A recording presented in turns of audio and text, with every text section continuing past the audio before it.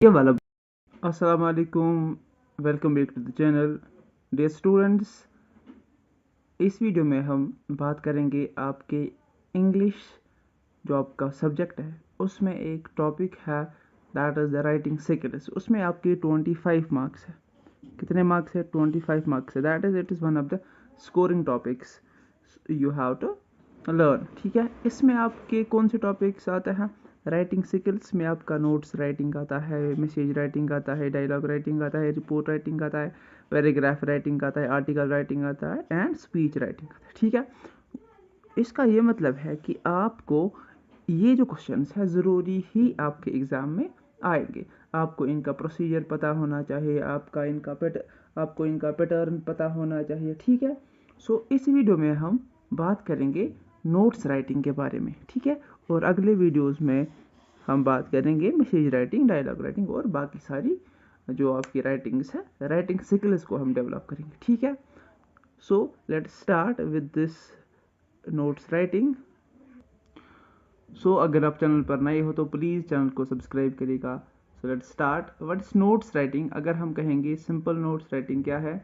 जब हम लोगों तक कोई भी इंफॉर्मेशन पहुंचाना चाहते हैं, ठीक है, तो हम उसको एक नोट्स के अंदाज से अगर पहुंचाएंगे, उसमें हमारा जो कंटेंट होना चाहिए ब्रीफ होना चाहिए, क्लियर होना चाहिए, प्रीसाइज होना चाहिए। ठीक है, या हम इंस्ट्रक्शंस भी इसमें देते हैं।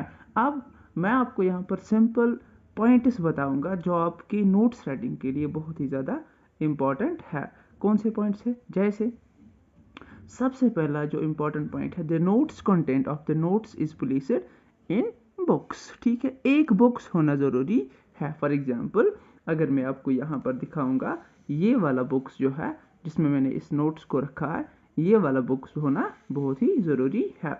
दूसरा point, notes can use capital letters for detail such as. देखो, अगर आप किसी स्कूल की तरफ से नोट्स लिख रहे हो तो उस स्कूल का नाम होना चाहिए कैपिटल लेटर्स में। ठीक है, और आपका टॉपिक क्या है, नोट्स किस पर आप लिख रहे हो, यानी कि फॉर एग्जांपल वी हैव, अगर हम ऐसे देखेंगे, लॉस्ट है बुक, मुझे बुक गुम हो गई तो उसके बारे में नोट्स लिखनी है, ब्लड डोनेशन कैंप के बारे में, तो ये होना चाहिए कैपिटल लेटर्स में।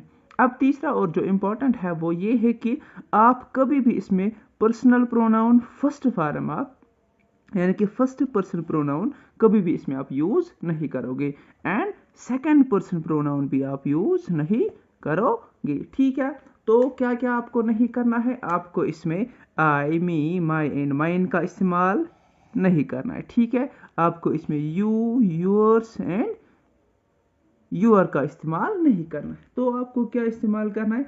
हमेशा आपको पेसिव वॉइस का इस्तेमाल करना है। और तीसरी और लास्ट वाला जो है वो है, आपको इन्हें 50 मार्क्स में 50 वर्ड्स में लिखना है। ये आपको एग्जाम में वही से दिया गया होता है कि मैक्सिमम जो वर्ड्स होने चाहिए वो 50 होने चाहिए। देखो, अगर हम फॉर्मेट की बात करेंगे ना, सबसे पहले आपको नोट्स जो होती है वो आपको एक बुक्स में रखनी है। ठीक है, फिर नेम ऑफ द ऑर्गेनाइजेशन की आप जो ऑर्गेनाइजेशन है या जो नोट्स लिख रहा है तो वो कैपिटल वर्ड्स में होना चाहिए। ठीक है, फिर आपको नीचे नोट्स लिखनी है, वो दूसरे नंबर पर आएगा। ठीक है, फिर आपको डेट लिखना है। देखो, ये आएगा पहले नंबर पर, ये बुक्स। ठीक है, दूसरे नंबर पर ये आएगा, तीसरे नंबर पर आपका ये आएगा, then we have the date, ये आएगा चौथे नंबर पर। फिर आपकी हेडिंग पाँचवें नंबर पर। फिर आपकी जो बॉडी जो आपको लिखनी है, बॉडी में आपको क्या लिखना है कि आपको कौन सी इंफॉर्मेशन देनी है, टाइम क्या होगा, कभी कभार टाइम भी लिखना होता है उसमें कि हमें इस टाइम पर ये वाला फंक्शन करना है। ठीक है, या कोई भी इंपॉर्टेंट डिटेल जो आपको देनी है। फिर आपका 7th वाला सिग्नेचर आएगा, 8th वाला नेम आएगा और 10th वाला डिजिग्नेशन आएगा। ये जो है ये आपका पूरा ये फॉर्मेट जो होता है इसका नोट्स का कंप्लीट। पहला जो हमने डिस्कस किया था that was the notes writing. ठीक है, उस नोट्स राइटिंग में हमने देखा कि नोट्स का क्या फॉर्मेट होता है, उसमें हमें कौन सी चीज़ें इन्वॉल्व करनी है और कैसे लिखना है। अगर आपने वो वाला वीडियो नहीं देखा है तो प्लीज़ वो पहले देखिएगा, फिर आप मैसेज राइटिंग पे आ जाइएगा। सो आज का हमारा जो टॉपिक है that is the message writing. पहले हम देखेंगे what is message and then we will discuss the format of the message writing. Message क्या होती है? Simple, message is an informal means of communication. ठीक है, अगर किसी ने आपको कोई मैसेज दी है तो उस मैसेज को आपको दूसरे तक पहुंचानी है। ये हमें आज देखना है कि हम क्या पॉइंट्स, इंपॉर्टेंट पॉइंट्स है जो हमें ध्यान में रखनी है। सो हम ये कहेंगे the receiver of the message has to analyse the given message. ये जो रिसीवर है इसे क्या करना है? पहले इसको मैसेज को समझना है, ठीक है, and pick out the most vital information. और उसके बाद जो इम्पोर्टेंट इंफॉर्मेशन है खाली वही लिखनी है, सब कुछ उसमें आपको नहीं लिखना है। देन उस मैसेज को फिर आपको सेंड करना है। तो क्या इंपॉर्टेंट पॉइंट्स है जो आपको ध्यान में रखना है? ध्यान में रखने हैं, सबसे पहले हम ये देखेंगे only the important details should be written. Important details should be written, याद रखिएगा, खाली इम्पॉर्टेंट डिटेल्स आपको लिखनी है। Then no new information should be added. जब आप इम्पॉर्टेंट डिटेल्स ही लिखोगे, सिंपल सी बात है, फिर आप कोई भी नई जो इन्फॉर्मेशन है वो ऐड नहीं करोगे। Then grammatically correct sentences should be use. Grammatically आपको करेक्ट सेंटेंसेस यूज करने हैं। और इम्पॉर्टेंट पॉइंट ये है कि आपको हमेशा आपको इनडायरेक्ट स्पीच और रिपोर्टेड स्पीच में मैसेज लिखनी है। जैसे मैं आपको एक एग्जांपल दूंगा। अगर हम डायरेक्ट में कहेंगे he said I write a letter, ये एक डायरेक्ट एग्जांपल है। इसका इनडायरेक्ट हम क्या करेंगे? इनडायरेक्ट हम ये करेंगे he said that he wrote a letter. ठीक है, समझ में आई बात? सो ऐसे सेंटेंस आपको बनाने, जैसे ही told me that I wrote a letter, ऐसे आपको सेंटेंसेस बनाने हैं। आपको ही सैड टू मी, वो इन्वर्टेड कॉमास वो वगैरह आपको नहीं लिखना है, खाली इनडायरेक्ट स्पीच आपको इसमें यूज करने हैं। देन इंपॉर्टेंट ये भी है कि the message should be presented with in a books, जैसे आप नोट्स राइटिंग में करते थे। ठीक है, देन हमारे पास है वर्ड लिमिट, वहीं से आपको दिया होता है आपके पेपर में, तो 50 आपका मैक्सिमम वर्ड लिमिट है। देन फॉर्मेट में आपको बताऊंगा। यहाँ पर देखो, सबसे पहले आप याद रखोगे कि फॉर्मेट में हमारा क्या क्या आएगा। फॉर्मेट में सबसे एक तो बुक्स आएगा, ठीक है, पहले नंबर पर बुक्स आएगा, बुक्स आप हमेशा बनाओगे। देन ये वाला मैसेज आप कैपिटल लेटर्स में लिखोगे, मैसेज बुक्स की नीचे, ठीक है। देन डेट लिखोगे, देन टाइम लिखोगे, देन सैल्यूटेशन लिखोगे। सैल्यूटेशन का मतलब है कि जैसे dear sir, dear brother, dear mother, ठीक है। फिर आप अपना कंटेंट लिखोगे कि आपको क्या मैसेज लिखनी है। देन लास्ट वाला जो है अपना नाम लिखोगे या सिग्नेचर ऑफ द राइटर लिखोगे। फिर ध्यान से देखोगे कि मैंने ये जो प्रोसीजर है ठीक से लिखा है या नहीं लिखा है। First, so the question is, COVID-19 has checked the economic growth of India. Write an article on the effects of COVID-19 in 200 to 250 words. ये आपका आर्टिकल राइटिंग में क्वेश्चन है और इसके कितने मार्क्स है? इसके 6 मार्क्स है। इसी तरीके से we have another question that is on speech writing. ये मैंने आपको पिछले वीडियो में सिखाया था, ठीक है। अगर आपने वो वाला वीडियो नहीं देखा तो प्लीज़ वो भी देखिएगा, ताकि इनमें से आपका कोई एक क्वेश्चन, कोई एक पार्ट हो जाएगा, ठीक है। तो आपकी 6 मार्क्स ईजी से आ जाएंगे अगर आपको इन दोनों में से एक आता है या दोनों आते हैं। जो आपको उस टाइम ज़्यादा आता हो या ज़्यादा फिजिबल लगेगा तो वहाँ पर कर सकते हो। So let start with the procedure and the, हम ये कैसे लिखेंगे वो इसमें हम देखेंगे। इससे पहले भी हम ये वाला क्वेश्चन हमने देखा, अब हम दूसरा क्वेश्चन देखेंगे दूसरे वाले पेपर में, ठीक है। So let's see first the another question on the speech writing and article writing. देखो, ये वाला क्वेश्चन आया है, right an article for your school magazine on junk food hazards, ठीक है। तो इसमें भी आपके 10 मार्क्स है। यहाँ पर देखिएगा, ये आपका एक पेपर है जिसमें आपके 10 मार्क्स है, ठीक है। दैट मीन्स कि आर्टिकल राइटिंग आपका एक मेन पार्ट है जो आपको स्कोर करने में, अच्छा स्कोर करने में हेल्प करेगा। सो let's start with the article writing first. So this is article writing. An article is a piece of writing usually intended for publication in newspapers, magazines or journal. It's written for a wider audience and thus it should be written in an interesting manner to attract and retain the reader's attention. Simple बात यह है कि आपको इस तरह से ये लिखना है कि जो पढ़ने वाला हो उसको इंटरेस्ट आए, ठीक है। इंटरेस्ट होना चाहिए, मतलब कि उसको इंटरेस्ट पैदा हो, वो आपके आर्टिकल की तरफ अट्रैक्ट हो, ठीक है। और वो उसे अटेंशन मिले आपकी आर्टिकल की वजह से, ठीक है। So let us see what are the typical points which is important, ठीक है। What are the typical points which are important in article writing. सबसे पहले क्या होना चाहिए, there should be title of an article, ठीक है।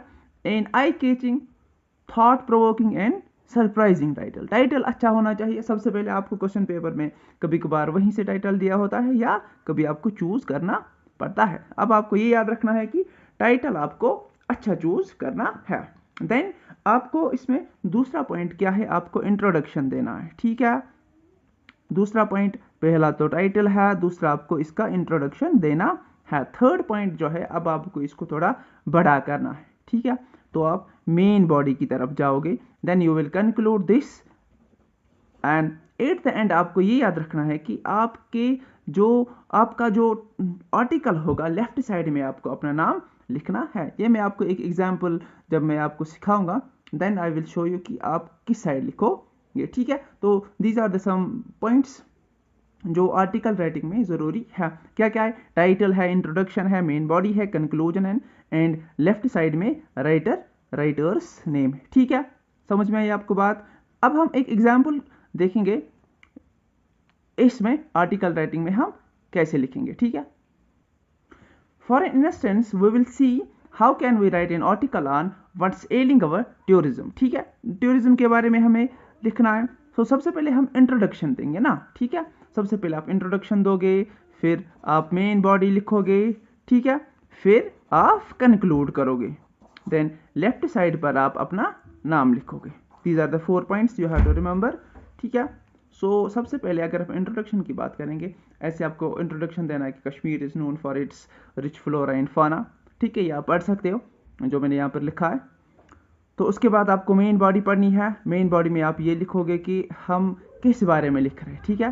Bad and the filthy roads और price taxes delayed trains all make travelling a nightmare in India, ठीक है। इसी तरीके से आपको इसको थोड़ा बड़ा करना है। देन कंक्लूडिंग रिमार्क्स, आपको इस आर्टिकल के बारे में आप कहते हो, ठीक है। Then at the end your name. समझ में आई बात।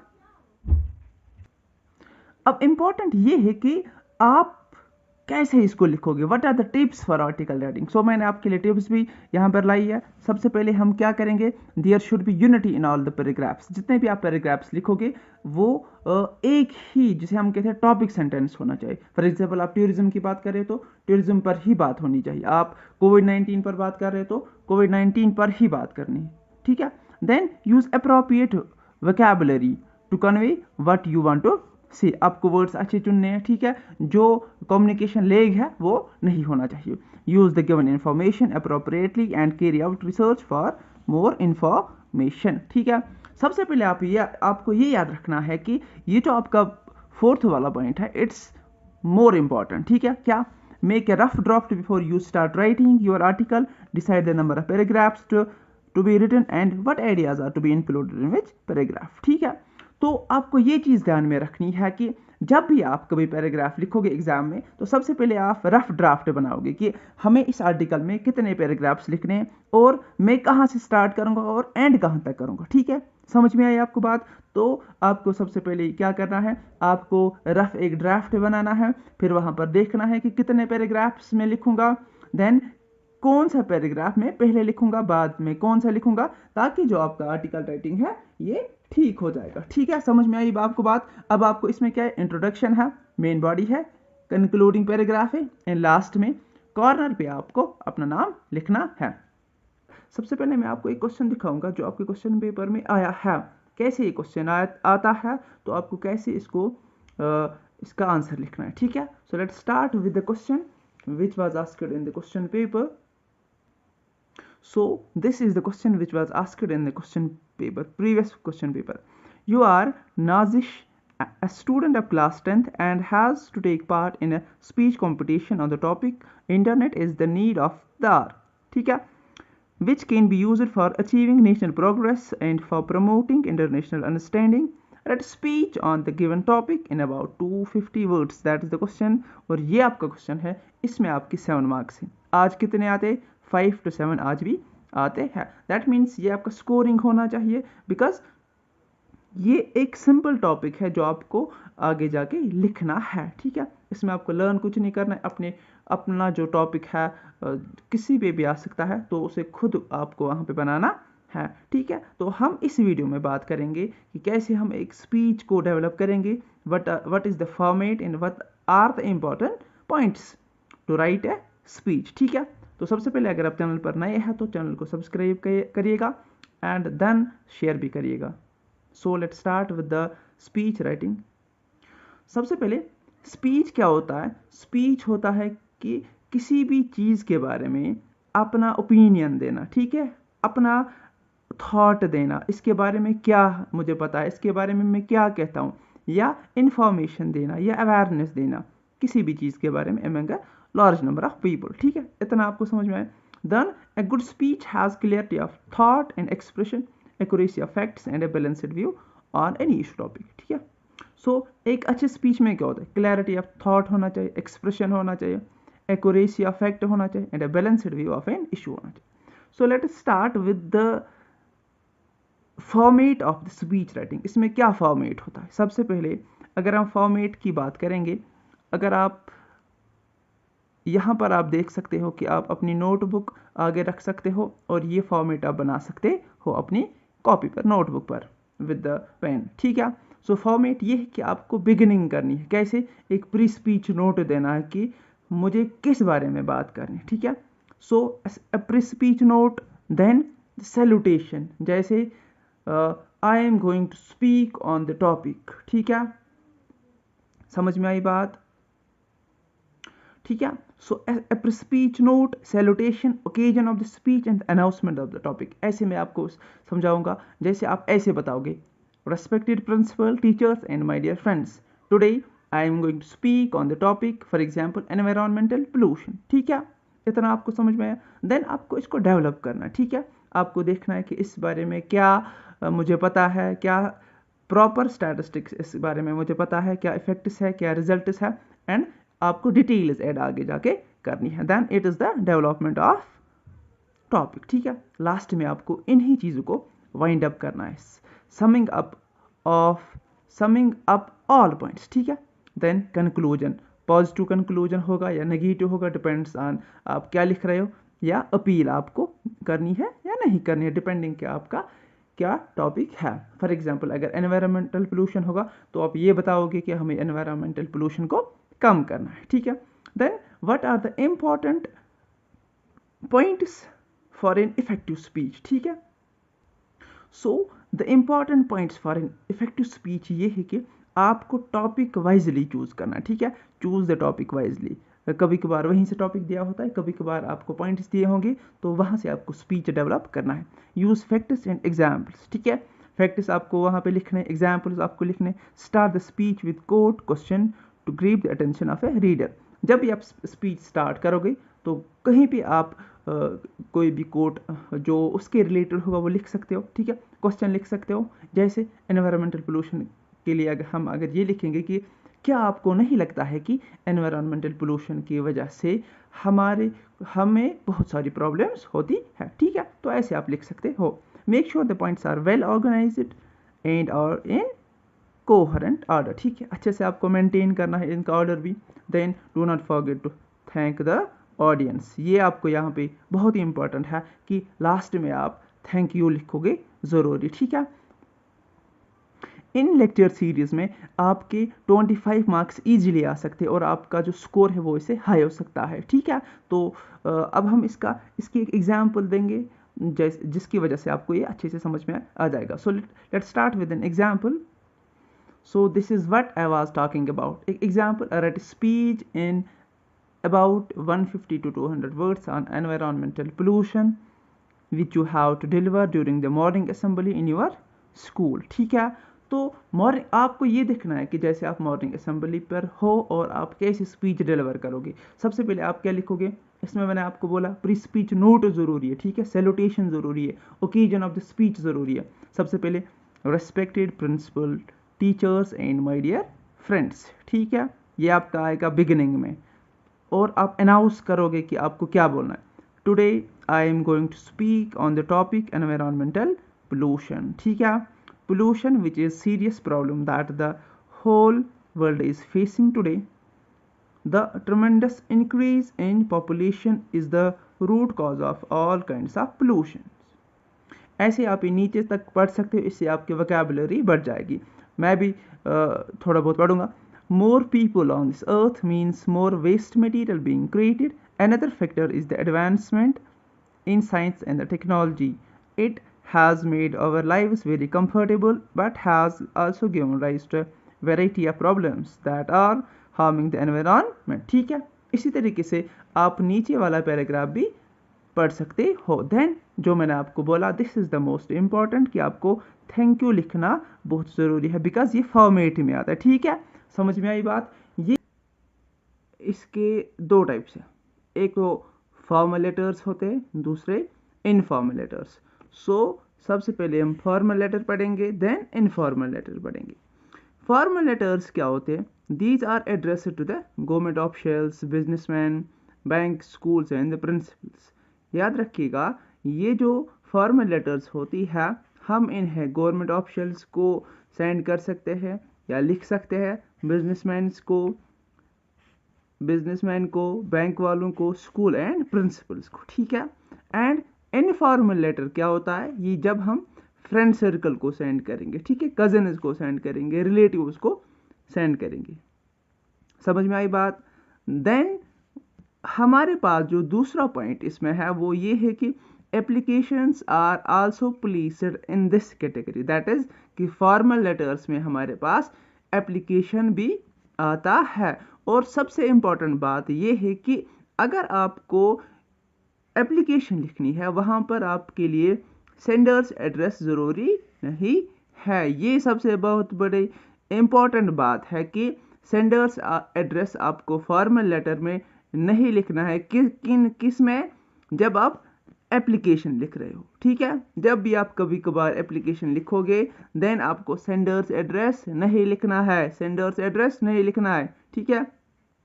Then informal letter, these are written in easy, simple and conversational style, जैसे आप एक दूसरे से बात करते हो। ठीक है, समझ में आई बात। अब हम ये देखेंगे कि इसका लेआउट क्या है, फॉर्मल लेटर्स का लेआउट क्या है, इनफॉर्मल लेटर्स का लेआउट क्या है। फिर एक एक एग्जाम्पल से मैं आपको ये समझाऊंगा। सबसे पहले इसका लेआउट देखेंगे फॉर्मल लेटर्स का। देखो, ये जो हमारे पास फॉर्मल लेटर है, सबसे पहले हम क्या लिखेंगे? सबसे पहले हम सेंडर्स एड्रेस लिखेंगे। ठीक है, आप कहाँ से सेंड कर रहे हो वो आपको लिखना है, पहला पॉइंट। ठीक है। then you have to write the date, then the designation and the address of the receiver, हुए 3 पॉइंट्स। then subject 4th वाला, then salutation 5th वाला, then body, जो आपको लेटर लिखनी है, जिसके बारे में आपको जो बात आपको उस तक पहुंचानी है। then concluding remarks हुआ हमारा ये 6th, ये 7th, then राइटर सिग्नेचर ये 8th, देन 9th में हमारा नेम आएगा। ठीक है, ये हमारा प्रोसीजर है, लेआउट है किसका? फॉर्मल लेटर का। कितने पॉइंट से? 9 पॉइंट से। सबसे पहले sender's address, date, designation and the address of the receiver, subject, then salutation, then body of the letter, concluding remarks, writing signature या राइटर्स सिग्नेचर और नेम। ठीक है। देन अब हम इसकी एक एग्जाम्पल यहाँ पर मैं आपको दिखाऊंगा ताकि आपको अच्छे से समझ में आए। ठीक है, एग्जाम्पल ये है, हमारे पास ये वाली एक लेटर है। तो लेटर क्या है? Write a letter to the editor, Times of India, about the disturbance caused in the working of the school due to loud speakers and the vehicles. देखो, आपको एक लेटर लिखनी है। ठीक है, किसको लिखनी है लेटर? शाबाश, एडिटर, टाइम्स ऑफ इंडिया। ठीक है, तो उसे ये बोलना है कि लाउड स्पीकर्स और व्हीकल्स की वजह से हमें पढ़ाई में डिस्टरबेंस होती है। सबसे पहले आप क्या लिखोगे?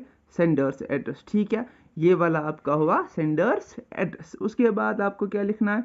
उसके बाद आपको डेट लिखना है। ठीक है, डेट हम आज का लिखेंगे, जो भी होगा, जो भी डेट होगा। ठीक है, देन हमें क्या लिखना है? हमें लिखना है designation and the address of receiver, designation मतलब कि आप किसको सेंड कर रहे हो, आप किसको लिख रहे हो। तो the editor Times of India, ठीक है, the editor Times of India, ये हुआ हमारा डिजिग्नेशन। देन द एड्रेस, यहाँ पे फिर से मैं एक बार आपको ये बताऊंगा, and letter to the principal the sender's address is not written, ये आप याद रखिएगा, ये बहुत ही ज़्यादा इंपॉर्टेंट है आप जब आप एप्लीकेशन लिखोगे, ठीक है। जब भी आप एप्लीकेशन लिखोगे प्रिंसिपल को, तो ये आप याद रखिएगा कि sender's address is not written. अब देखो हम सब्जेक्ट लिखेंगे, सब्जेक्ट में हमें क्या लिखना है, disturbance caused by loud speakers and vehicles, ठीक है। देन सैल्यूटेशन, सैल्यूटेशन में सर और madam. Through the esteemed columns of your newspaper, I wish to draw the kind attention of the concerned authorities towards the disturbance caused by loudspeakers and vehicles. Loudspeakers and the vehicles are a great nuisance. Neither the teacher can teach properly nor the students can concentrate on their studies. You will agree the peaceful atmosphere is indispensable to study.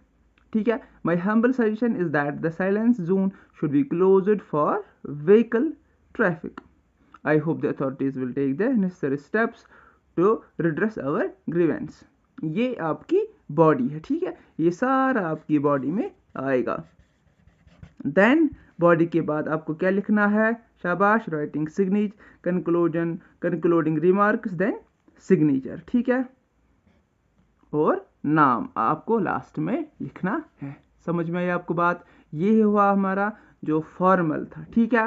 Now we will move on to the informal section. अब हम informal में देखेंगे, informal में हमें क्या क्या देखना है। ये वीडियोस अगर आपने देखे तो आपके 25 मार्क जो है कहीं नहीं जाने वाले। चलो अब हम देखते हैं इनफॉर्मल लेटर्स। इनफॉर्मल लेटर्स मैंने आपको बोला किसको सेंड हम करेंगे, close friends, cousins and the relatives. अब लेआउट इसका क्या है, सबसे पहले सेंडर्स एड्रेस जैसे हमने उसमें लिखा था, ठीक है, डेट उसमें लिखा था, और यहाँ पर सब्जेक्ट आपके लिए ज़रूरी नहीं है। ये भी इंपॉर्टेंट पॉइंट है कि सब्जेक्ट आपके लिए ज़रूरी नहीं है। कभी कभार आप सेंडर्स एड्रेस लिख सकते हो, लेकिन सब्जेक्ट आपके लिए यहाँ पर ज़रूरी नहीं है। याद रखो, इनफॉर्मल लेटर्स में सब्जेक्ट आपके लिए ज़रूरी नहीं होता है। रिसीवर्स एड्रेस आप लिख सकते हो कभी कभी और नहीं भी लिख सकते हो। देन सैल्यूटेशन, सैल्यूटेशन में डियर फ्रेंड आएगा, डियर जिसको भी आप ये लेटर लिख रहे हो, ठीक है। Then body, then concluding remarks, then name of the writer. ये आपका जो है फॉर्मेट है किसका, इनफॉर्मल लेटर का। अब हम एक लेटर यहाँ पर मैं आपके सामने लाऊंगा ताकि आपको ये समझ में आए। देखो, the progress report of your younger brother shows that he is not doing well in studies. Write a letter to him giving him some suggestion to improve his performance. You are Harman, ठीक है, आप हरमन हो और आपको अपने भाई को ये लेटर लिखनी है कि आप अपनी एजुकेशन को थोड़ा अच्छा करो। तो सबसे पहले हम ये लिखेंगे क्या, सबसे पहले हम लिखेंगे सेंडर्स एड्रेस, ठीक है, देन डेट, ठीक है, देन रिसीवर्स एड्रेस आप कभी कभार लिख सकते हो और कभी लिख भी नहीं सकते हो, ठीक है। देन सैल्यूटेशन, अब क्या लिखोगे आप, I just received your progress report for the provocation test. I am sad to learn that you fail badly in English and the maths. It's never too late to mend.